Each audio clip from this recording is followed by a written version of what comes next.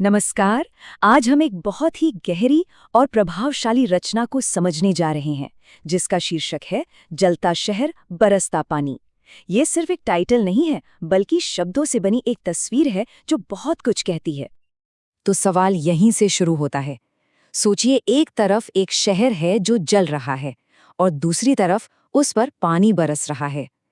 ये दो एकदम अलग तस्वीरें एक साथ क्या कहना चाहती हैं? चलिए इसी को समझने की कोशिश करते हैं। ठीक है, तो सबसे पहले बात करते हैं इस तस्वीर के पहले हिस्से की, एक जलता हुआ शहर। आखिर ये कैसा शहर है? कल्पना कीजिए, चारों तरफ आग ही आग है, धुएं से सांस लेना मुश्किल है, मशीनों का भयानक शोर और लोगों की चीखें गूंज रही हैं। लेखक ने बस इन कुछ शब्दों से तबाही का एक पूरा मंजर खड़ा कर दिया है। ये सिर्फ एक आग नहीं थी, वहां मौजूद लोगों के लिए ये दुनिया का अंत था।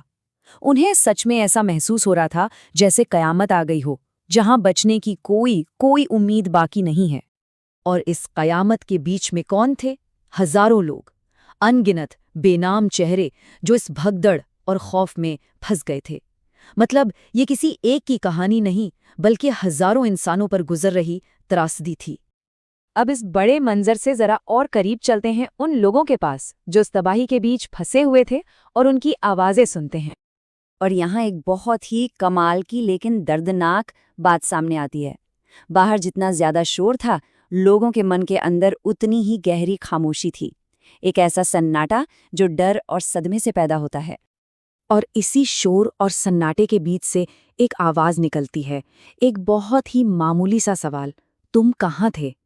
पर यह सवाल सिर्फ किसी का पता नहीं पूछ रहा। ये उस तबाही के अंधेरे में किसी अपने को ढूंढने की एक बेताब कोशिश है। और इसका जो जवाब आता है ना, वो उस पूरी तबाही के बीच इंसानियत की एक छोटी सी लौ जला देता है। मैं तुम्हें ही ढूंढ रहा था। ये दिखाता है कि जब सब कुछ खत्म हो रहा हो, तब भी इंसान की पहली फितरत होती है किसी अपने से जुड़ना, उसे खोजना। तो चलिए इसी जुड़ाव को, इसी कनेक्शन को थोड़ा और समझते हैं। कैसे उस मुश्किल वक्त में भी, जब दुनिया बिखर रही थी, ये छोटी छोटी बातें गहरे रिश्ते बना रही थीं। कहानी हमें दिखाती है कि मुसीबत में इंसानियत बड़ी बड़ी चीज़ों से नहीं, बल्कि बहुत छोटी और मामूली चीज़ों से जिंदा रहती है। जैसे किसी से बस इतना पूछ लेना, ठीक तो हो? या फिर अंधेरे में किसी के कंधे पर बस अपना हाथ रख देना, रोटी का अपना आखिरी टुकड़ा किसी और को दे देना, और एक वादा करना कि कुछ भी हो जाए साथ रहेंगे। यही छोटी छोटी चीजें उस कयामत में सबसे बड़ी हिम्मत बन जाती हैं। सब कुछ जल रहा था, लोग एक दूसरे को ढूंढ रहे थे, हिम्मत दे रहे थे। और फिर कहानी में एक बड़ा मोड़ आता है। अब हम आते हैं उस तस्वीर के दूसरे हिस्से पर। उस जलते हुए शहर पर पानी बरसना शुरू हो जाता है। कहानी में ये शब्द एक चीख की तरह आते हैं, एक ऐसी पुकार जिसमें राहत भी है और बेबसी भी।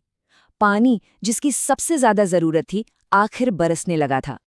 पर सवाल ये है कि क्या ये बारिश सच में सिर्फ राहत का पैगाम है, या इसका कोई और, इससे भी ज्यादा गहरा मतलब है?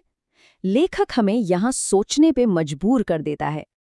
और असल में यही इस कहानी का सार है। ये जो पानी है ना, ये सिर्फ आग बुझाने वाला पानी नहीं है। ये पानी उस तबाही से मिली राहत भी है, और उस तबाही में हुए नुकसान पर बहने वाले आंसू भी है। देखिए, लेखक ने एक ही बारिश को कितने मतलब दिए हैं। ये बारिश आग की गर्मी से राहत है, ये तबाही की राख को धोकर सब कुछ साफ कर रही है, ये लोगों के दुख का, उनके आंसुओं का आईना है, और शायद ये एक नई शुरुआत की उम्मीद भी है। तो आखिर में ये कहानी हमें एक बहुत गहरे सवाल के पास लाकर छोड़ देती है। जब सब कुछ खत्म हो रहा हो, उस संकट में उम्मीद आखिर दिखती कैसी है?